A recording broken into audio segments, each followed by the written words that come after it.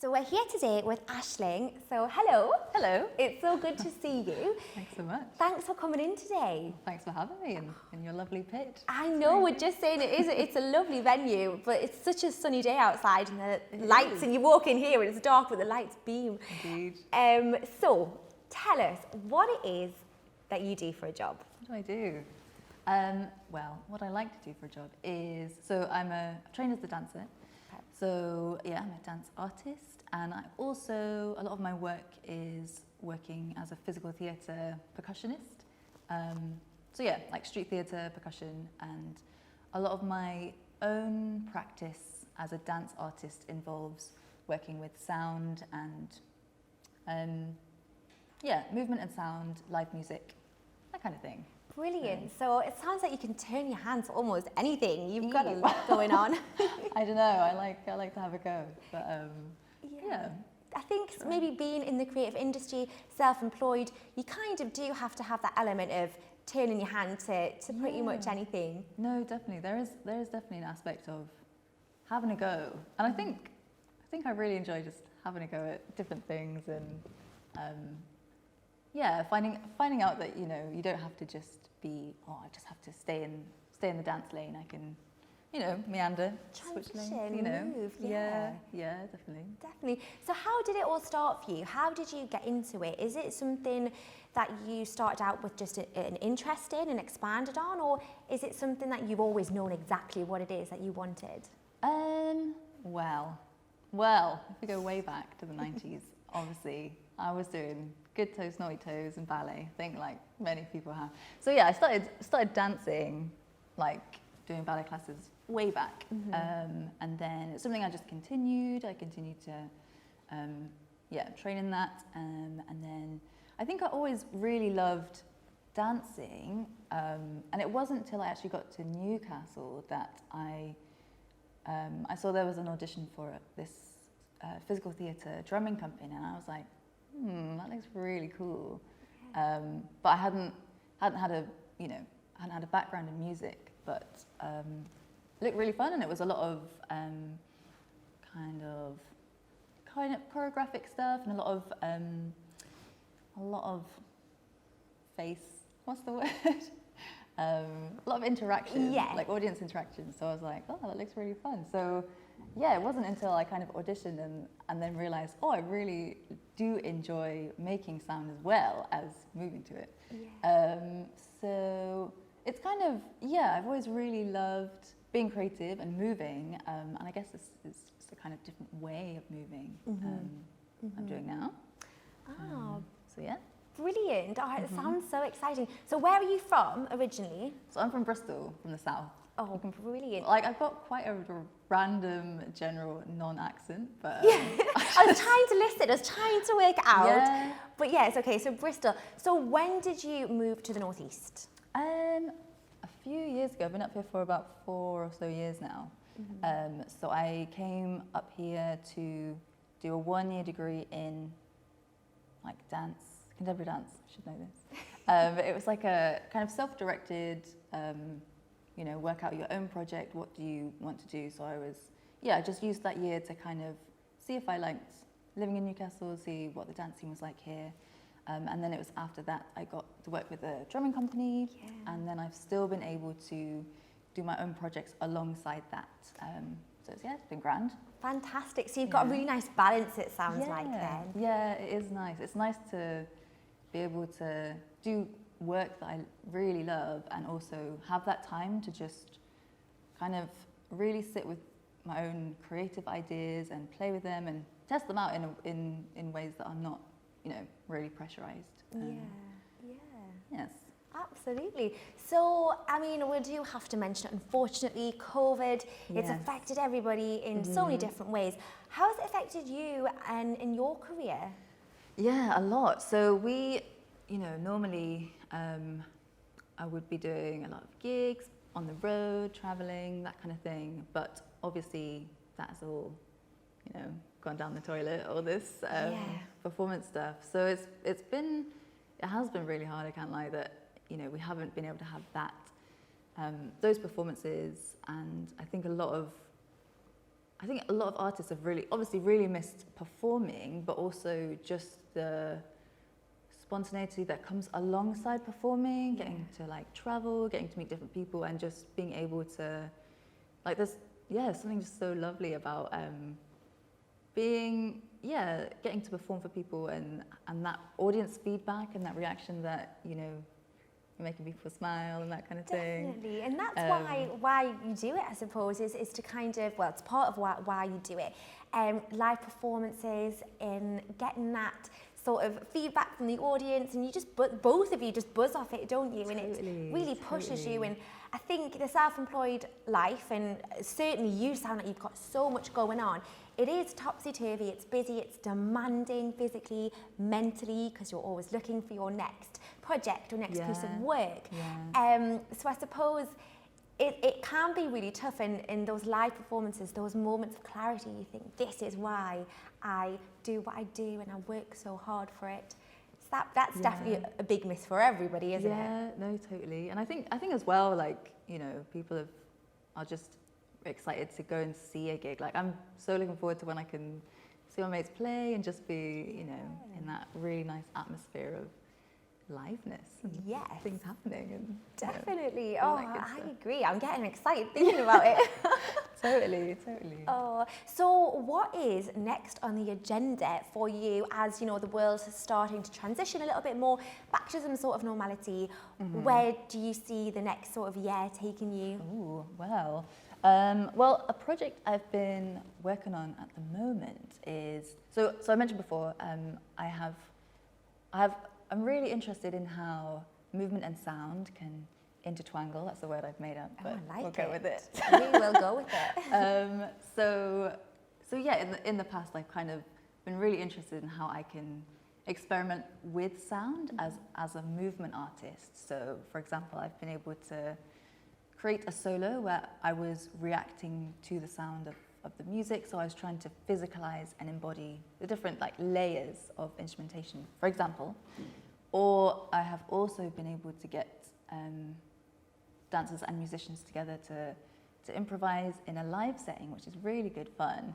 And basically means that no one knows what's happening until it's happening, which is great. Yeah, I love that. Yeah, it's really good. So it's really good fun, that kind of thing. So at the moment, something I'm also thinking about is how we can create sound with movement. And I've been playing with this idea already. So yeah, just the idea that anything we do, any sound we can create with different movements. So this, just as a little example, but I'm interested in how we can create sound with the whole body. So I've been able to experiment with this idea and attach some microphones to a board that I then move on. And so any contact with that board is amplified. So I'm just playing with that at the moment. And I'm hoping to develop that and continue with it because it's kind of in its preliminary stages, and I think there's a lot that I could do with it. I think with something like that as well, you're, you know, starting with this sort of inspiration, this idea, and it's something that can progress and expand and flourish over time, and it's actually so interesting. I can imagine it'd be quite mesmerizing. I can't even say that word. Say it for me. It's a long word. Mesmerizing. Yeah. Just to listen to watch, to kind of get in that zone. And yeah, you've sold it to me already. Oh, well, thank you very much. You'll have to wait and see it and be like, not sure. I will come and see it. But yeah, that sounds really exciting then. Yeah. No, it's good fun. It's yeah. I mean, and I think as well, it's something that I don't fully know. I don't have like a definitive end product that I'm aiming for that. But at the moment, it's just like I'm just playing with this idea and kind of seeing where it goes.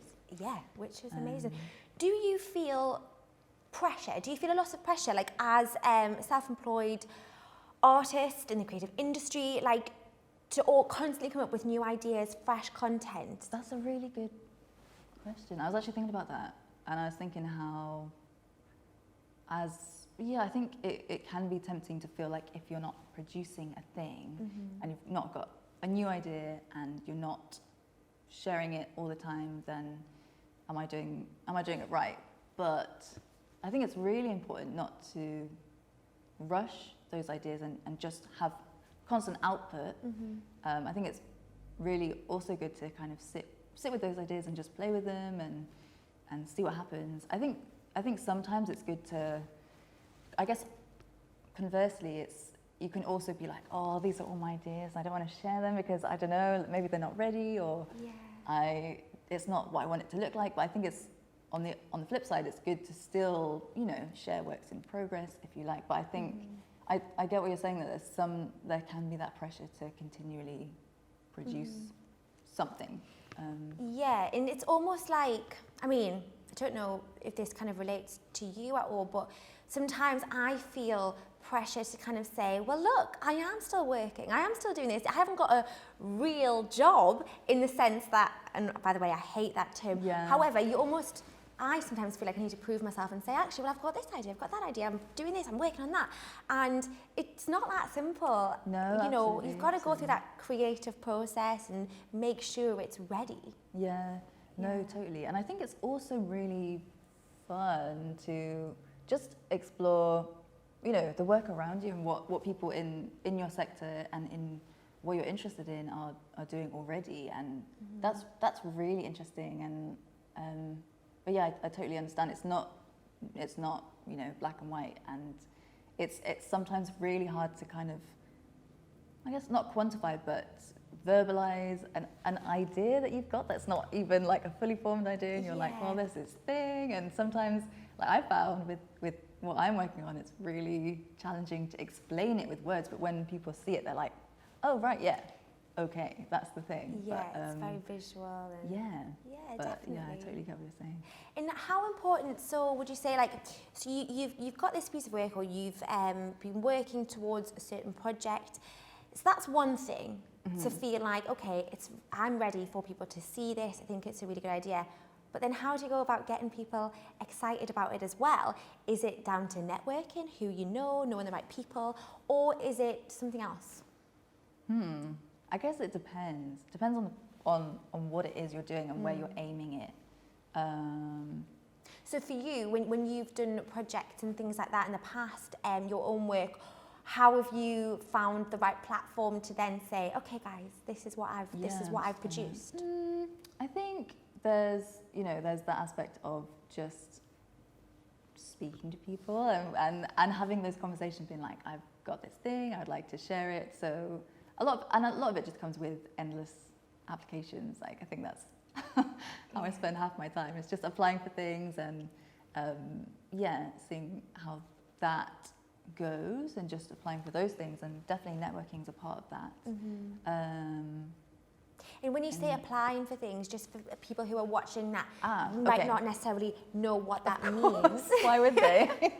So that might be funding, which is always useful, or it might be, if it's like an online thing, you might have some like a video you want to submit, or it might be the chance to perform at a certain event, things like that. So and again, that does depend on what it is you're aiming for. So.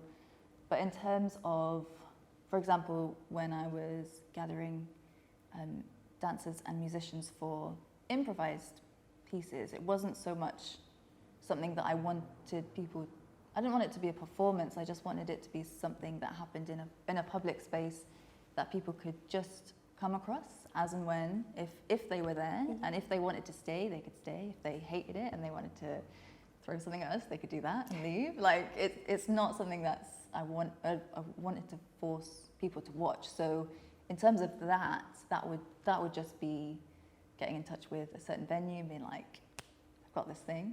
Do you want to get involved? So it depends, really. You've definitely got to have that sort of level of confidence to be able to approach situations like that and say, this is what I've got to offer. Do you want to get involved? Do you want to work with me? Or do you want to, buy into this thing that we've got going on? You really do. And is that, again, that confidence something that you've always had, or is it something that you've just gained over time and age and experience? I don't know. I think it's very I think it's very easy to still, you know, doubt yourself and be like, no one's going to want to get involved with this. But I think, I don't know, I guess it's just a necessary part of the process. If you want people to see something, then you just got to, you know, get in touch with them. And people, you know, it doesn't have to be a scary thing, but sometimes it can be quite a vulnerable thing, sharing an idea. But confidence, I don't know. Maybe it's something I've just realised you have to crack on with.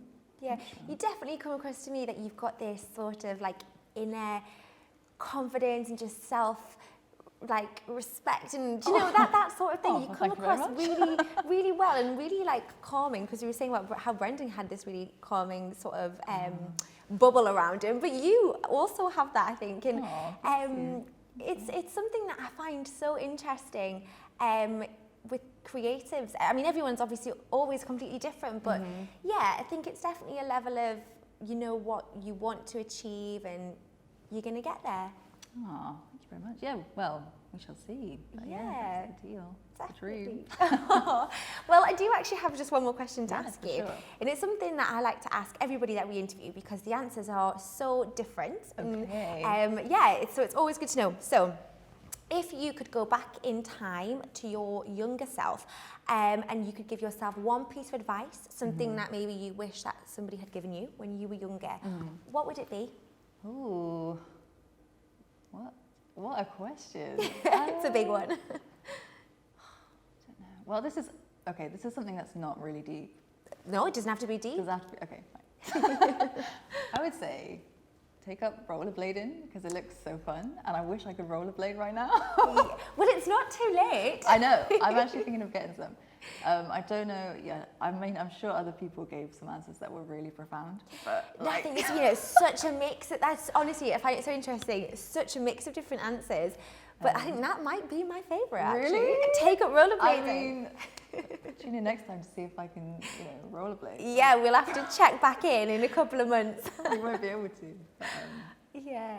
Oh, fantastic. Well, do you know what? I can't wait to see what the next few months, the next year brings to you and what you bring to the world as well. And let's see if you do start rollerblading. Can't wait to find out. See. Oh, well, thank you so much. Oh, thanks so much. Thanks for having me. No problem.